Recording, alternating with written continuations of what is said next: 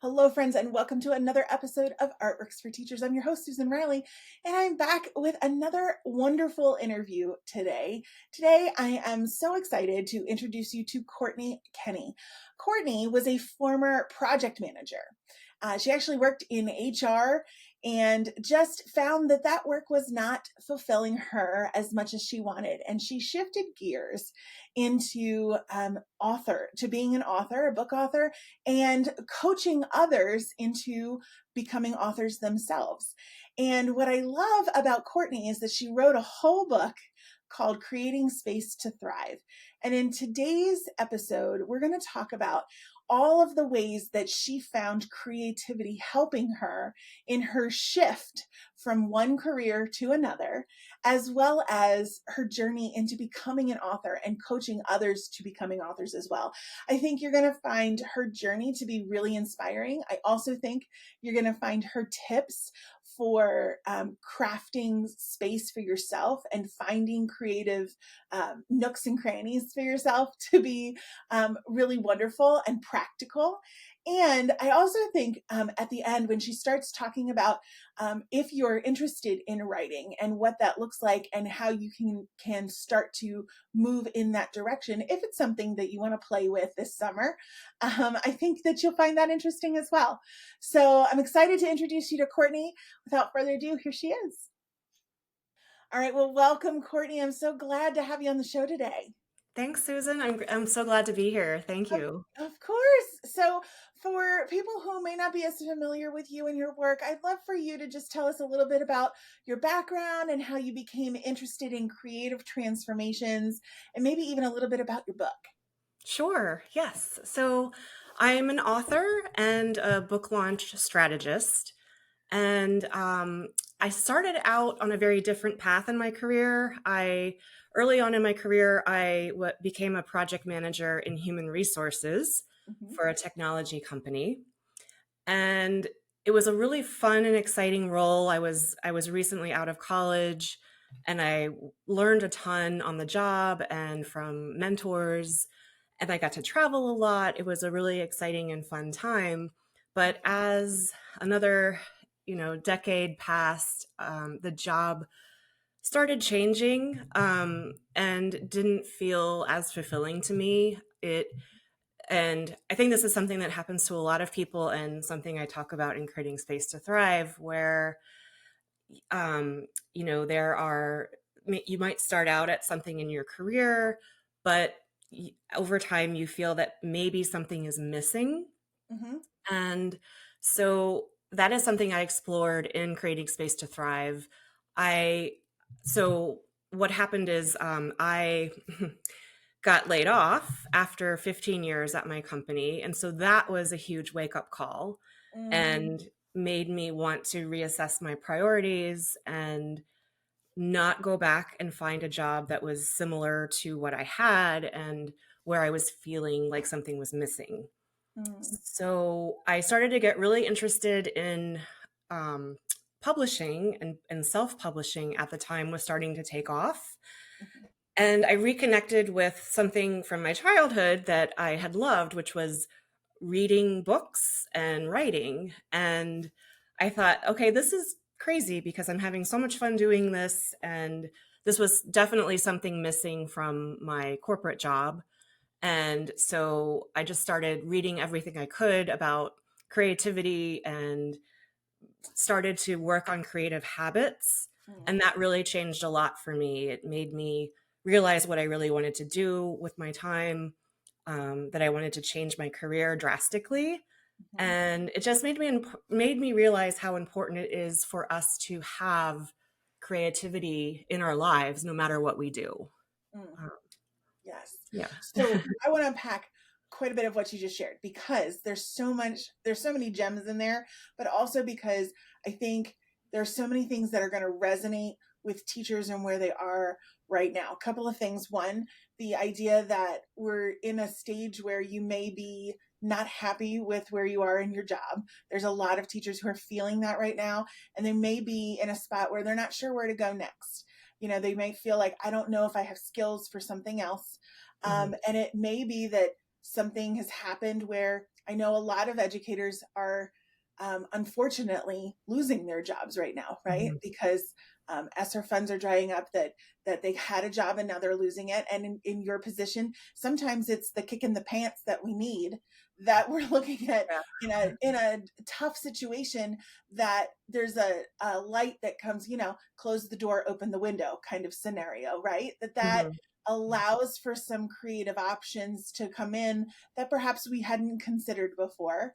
And also, the idea that you're bringing skills from a previous position into something new in a different way. So I think that's really interesting. Can you talk a little bit about your project management skills? And because I don't think anybody in my audience really knows what project management looks like. My husband, but by the way, was a project manager for years before he joined my team. And I didn't know what project managers did until he came onto my team. And then when he came onto my team, I was like, oh my gosh, everybody in the world should have a project manager somewhere in their team because they're amazing. So I would love for you to share, like, what were the skill sets as a project manager that you had that then were really useful in this new position, how they transformed in the way, in your new position that you kind of cultivated for yourself. Sure. Project management is the art and science of getting things done Yeah. and leading a group of people to accomplish things. And a project always has a start and an end. Hmm. So it's the planning around, okay, what does success look like? It's the planning out of all the tasks that need to be accomplished and who's going to do those tasks. And so it really is a lot of different skill sets. And it's something I pretty much stumbled into, where I had started out in human resources. I was a recruiter, and I just had a knack for, especially for software systems and learning how to take a new software or a new technology and, you know, implement that into a corporation and get people using it. So that's pretty much how I started with project management. And then I ended up getting a certification. It's called a project management professional, or a Hmm. PMP. And it's something I think that, especially for teachers who may be considering other, other types of careers, or taking your current skills and leveraging that into a new type of career, project management is something that is definitely needed in many organizations. Looking into the PMP certification, which is run through the Project Management Institute, PMI.org. Yeah. It's especially if you like bringing things together, integrating, getting a lot of people to do, to get together and do things like that. That's would be a great fit for somebody who wanted to become a project manager. Yeah. So, and then how are you able to then leverage those skills in what you're doing now? Because I think that's really important too, being able to transfer skills, because sometimes that's not as easy as we might think. Right. So, and I like in creating space to thrive, I kind of talk about Mhm. a Venn diagram of, think of one circle as um, the things that you like to do. You have another circle that is what you are trained on, or what your current career is. So in my case, it was project management. And then my likes were, books, publishing. And then you have a part of that overlapping circle is what can you get paid for? Okay. And so for me, I was getting really interested not only in publishing, but also entrepreneurship Mhm. after my layoff. And I actually went back to a project manager job at another technology company, and they wanted me to travel a lot. So that actually didn't last very long, because I didn't want to do a lot of traveling. And what I ended up doing is I was looking for opportunities, and I had an acquaintance who was publishing a book, and she had self-published and done really, really well. And she was publishing her next book, and she wanted to have a project manager. And so Mm. I decided to leave my other job and just start fresh and take a leap. And I went freelance and became a book launch consultant. So I took my project management skills and was using them to help publish a book and do all the marketing and the planning and the strategy. Yeah. And it turned out really well, right? It did. Because It that's turned what into you're a doing right business. Yes, it turned into a business, and I, I had written creating space to thrive, and loved the process, and I loved self-publishing and I still love self-publishing because I like to be in control, and there's a lot of moving pieces, now. and so it just makes sense for me to go that route instead of finding an agent and going through a publisher. And so it was really, so then I got really interested in, okay, I grew up reading tons of fiction, science fiction, and just loving it. And so I decided to try to write a science fiction novel. And so that was about 7 or 8 years ago. And so I'm doing that full time now, and I have Oh, 13 published science fiction novels. And amazing. yeah, and I'm writing more. It's been a blast, and I really enjoy it. It's amazing. I love that. And I love that because I think so often our fear of what we don't know stops us in our tracks from taking the leap.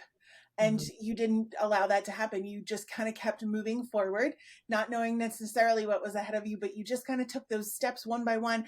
And I mean, look at what happened. That's amazing. I love that. So let's talk about this book, Creating Space to Thrive, because I think it's really important. I think that was the foundation for a lot of what has happened for you. And I think it can offer so many things for so many people. Tell us a little bit about how you've crafted this system for creative projects and deep work. Yes. And I love that you said deep work because I love that book by Cal Newport. I would recommend that Yes. also for everyone. Yes. So, for doing creative work, something I learned very quickly when I didn't have a set schedule Mhm. is that wow, I needed to set some boundaries for myself, or things like doing laundry or running errands got really tempting to procrastinate. Yeah. And so, a few of the things that have worked for me are having a dedicated physical space where you're using that space, and it could be an office, a corner of your office, it could be a a corner of your living room, Mhm. or going to a cafe, or finding a spot that where it gets you outside of what you're used to. Yes. And it's a place to be distraction free, and where you can really focus on that thing that you want to work on. And that might be a book. For me, it was writing. I chose to use the first 2 hours, 2 to 3 hours a day, when my brain was freshest, to do my writing. Yep. And that, I will say, not, it's not always a smooth process, but we just try our best. There were days when I just said, I can't I can't write today, or nothing's coming. But you just try to get as many of those days as you can, and sometimes you need a day off. Yeah. um, so blocking chunks of time on your calendar, that is something that helped me a lot. Mhm. And tracking your progress, I think, is also important. If you're looking at, a daily word count, that works for some people, not everyone. And sometimes it worked for me, sometimes it didn't. Sometimes it was just time, like, hey, I'm putting in 2 hours today, or I'm putting in 30 minutes today, and that's what I'm happy with that. Yeah. And also, I think just surrounding yourself with people who support your journey. So every morning, I have two accountability partners. They're also writers, and we get on a Zoom every morning, and we check in and say what we're planning to do that morning. and Hmm. then we put our Zooms on mute and we just work. And then at the very end, we check back in to say what we've done. And it's just really nice to have, like, to know that someone else is on that journey with you, and to know that someone is there doing, doing creative work as well. Yes. Yeah. And I think I like this pivot point because one of the things that I really enjoyed in this book is the ways that you're for dealing with negative people. Hmm. Because I think negativity can quickly squash creativity. Um, so, can you give us some of the examples from the book on how you have found to be helpful for dealing with negative people? Absolutely. Yes. This was definitely something that came up and comes up for so many, well, comes up for every creative I know. Yeah. So, especially like yeah, let's just say the simplest example, you want to write a book and you start mentioning that to people. And I think that sometimes the fear comes from a place of maybe a lack of understanding, or that person not wanting change. Hmm. So, you know, something in creating space to thrive I talk about is using, we all have the same amount of time in the day. We can't create more time, but we can maybe subtract time from maybe scrolling on your phone or watching Netflix. So, for example, if your partner is not understanding, I don't want to watch as much TV in the evening because I want to work on my book. And that could be a fear of, oh, okay, something's changing and I don't understand why you're doing this. And when is this phase going to end? I think that in that case, what I recommend is having a conversation about why these goals are important to you and why you'd like this time. And maybe it's not every night, maybe it's, a couple times a week, but just having that open, honest conversation and letting them know this is important to you. Yes. Yes. um, and I Absolutely. think another thing that is tough, and I don't have kids myself, but I'm an aunt, so I totally understand um, how much work they are, and it's a lot of your time. Maybe it is, and I know this is a challenge when you have young kids at home, that sometimes it's, maybe could someone watch the kids for a couple hours while you go to a cafe and work on your book, or you may have to kind of try to find those times around the edges of things, to work on the thing that you want to work on. Yeah. um, Yeah. and I think, and I've had family members and colleagues who said and especially early on in my writing ventures, that said, publishing, there's no money in publishing, you'll Hmm. never make it as an author. Hmm. And I just it does hurt, it hurts your feelings, but I just kept going, and I felt like it was something I had to do and couldn't stop. Like, Hmm. and I feel like that's something in creating space to thrive that I want people to have that feeling of finding something, whether it's music composition or it's painting or being a yoga instructor, like having, or teaching and organizing after school activities.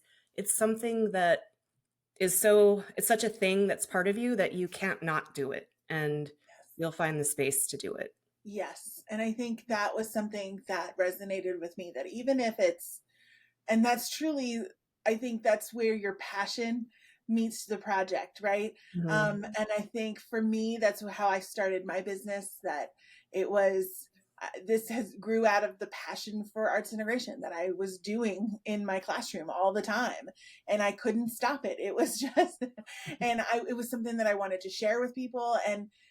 And again, as I started my business, people were like, are you crazy? Like, you Yeah. have no money to start this business, you've got no investors, you're just going to bootstrap this and you'll go out of business in like 6 months and you're going to be back in a classroom like broke.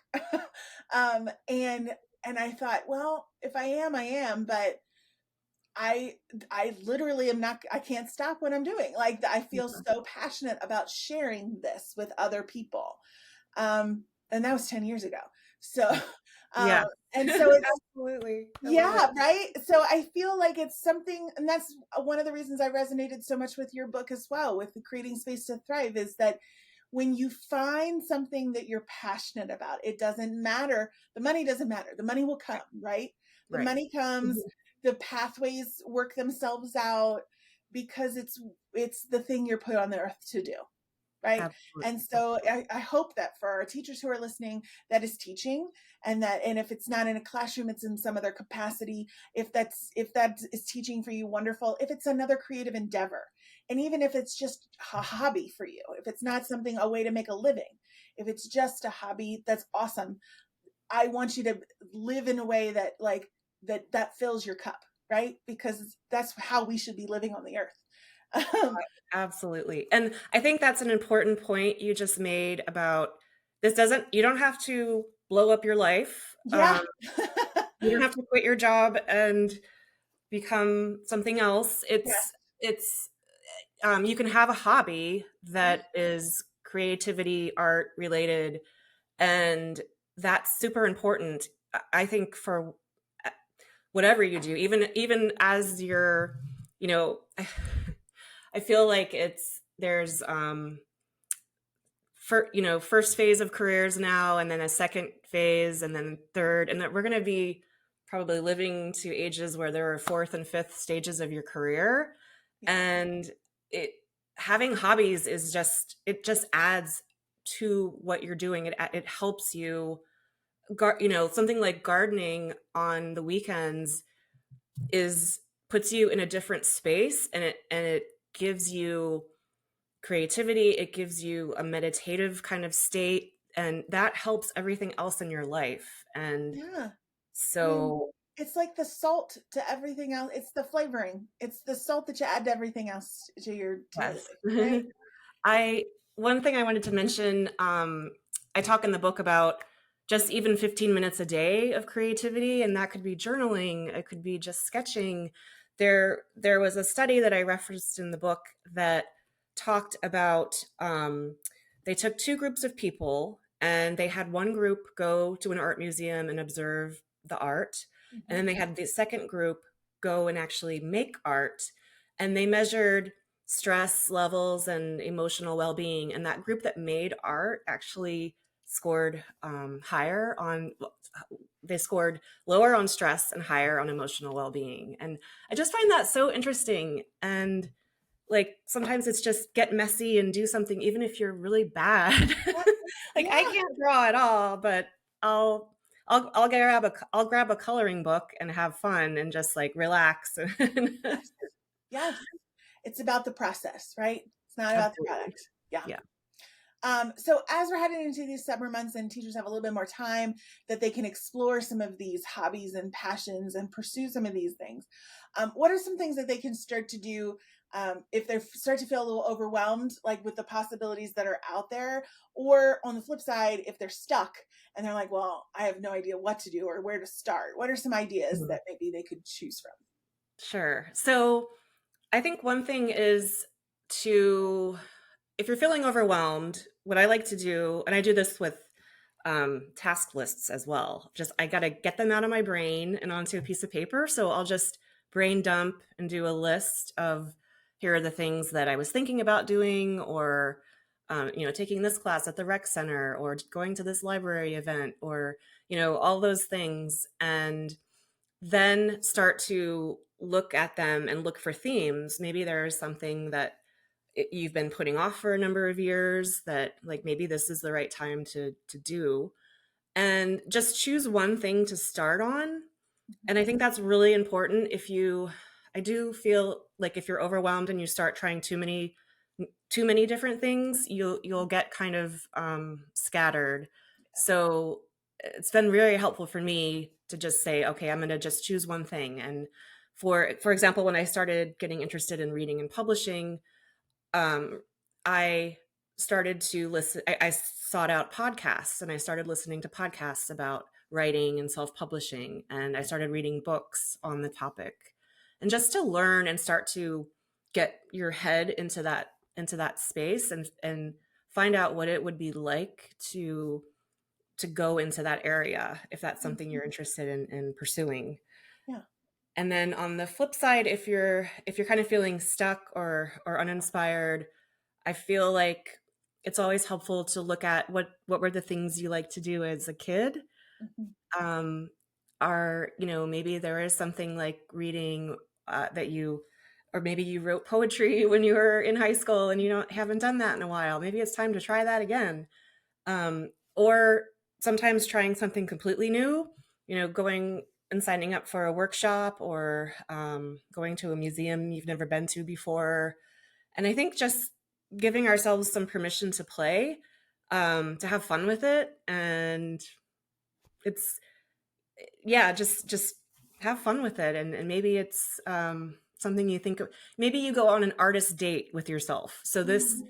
that's something from Julia Cameron, Yes, I who I love that. recommend all her books, Yes. where she talks about taking like once a month, you take a date with yourself. It's called a uh, creative field trip, Yeah. and you can seek out something new, like maybe it's a photography museum or it's a lecture somewhere, or even just going to a new park or going on a new hike, and you use that to kind of fill your creative well.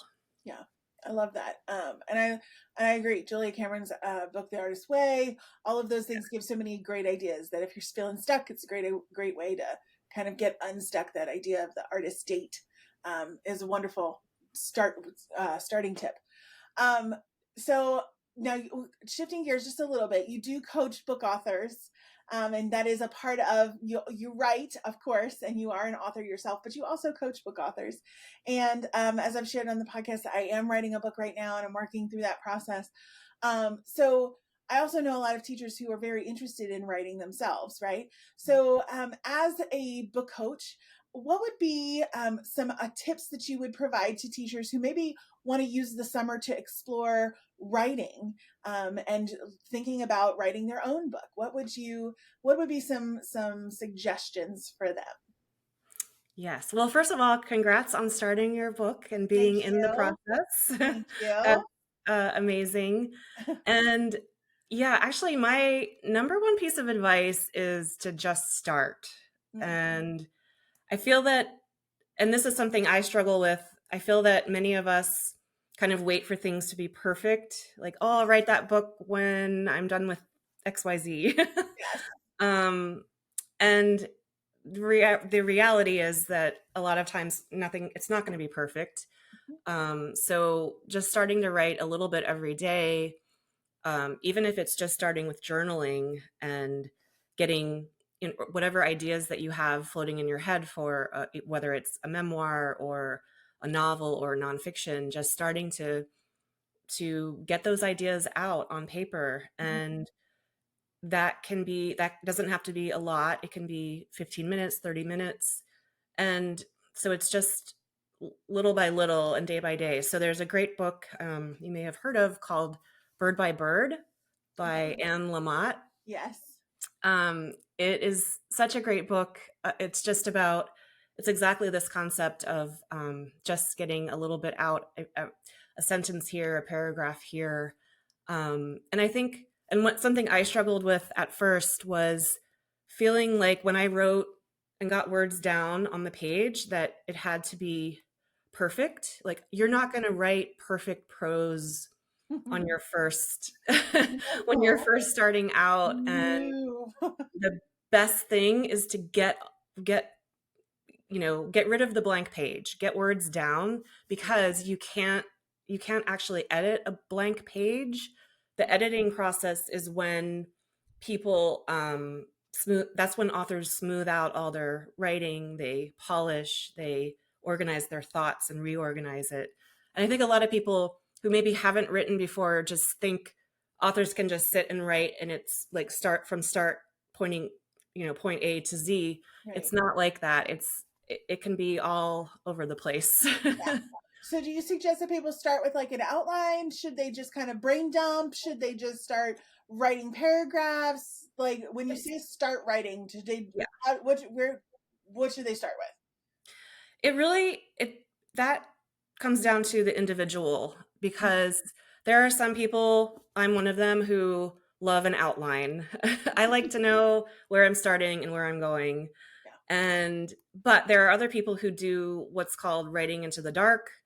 And there are books on this, a lot of information out there on it, where they just start writing and or it's called discovery writing, and they just go with it, and they don't actually outline.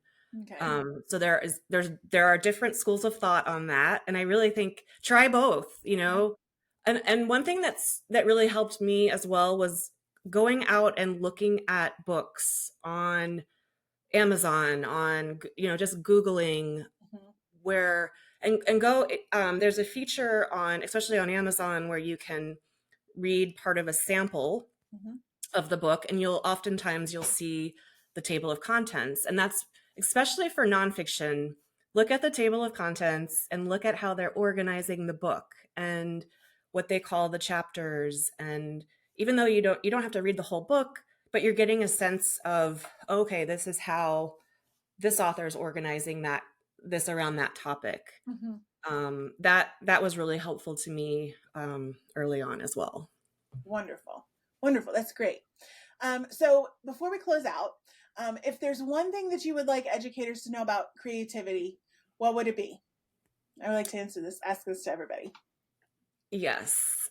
So I in the book I wrote about the importance of mindset and being creative. Having creativity in your life is important. It matters. And I believe as that educators can instill that knowledge into students. And showing them that your own creativity matters is inspirational to them, and shows them it's important. I remember in college, I had my Russian literature professor complimented me on a short story I wrote, and he went on and on about it and said how, Mhm. he had specific points about why he liked it and why it was well written.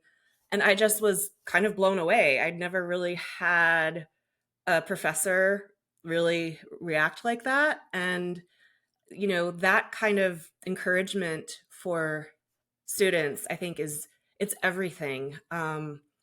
Those words matter, and they're important, and that's a gift that you can give to young people. Wonderful. I totally agree. I totally agree. It starts with us. It starts with It us. does. It really does. Okay, so where can people learn more about you, stay in touch with you, and grab your book, Creating Space to Thrive? Yes. I have a website called helpingauthorslaunch.com. Okay. And so they can find out more about me there, and they can contact me through there. And then Creating Space to Thrive is available on Amazon and Barnes and Noble and bookshop.org, pretty much online where all books are sold. Fantastic. We will put all of the links to all of those places on our show notes so everybody can go ahead and grab those over there. Thank you so much, Courtney. It was such a pleasure to speak with you today. I learned so much from you. I really appreciate your time. Oh, thank you so much, Susan, for having me.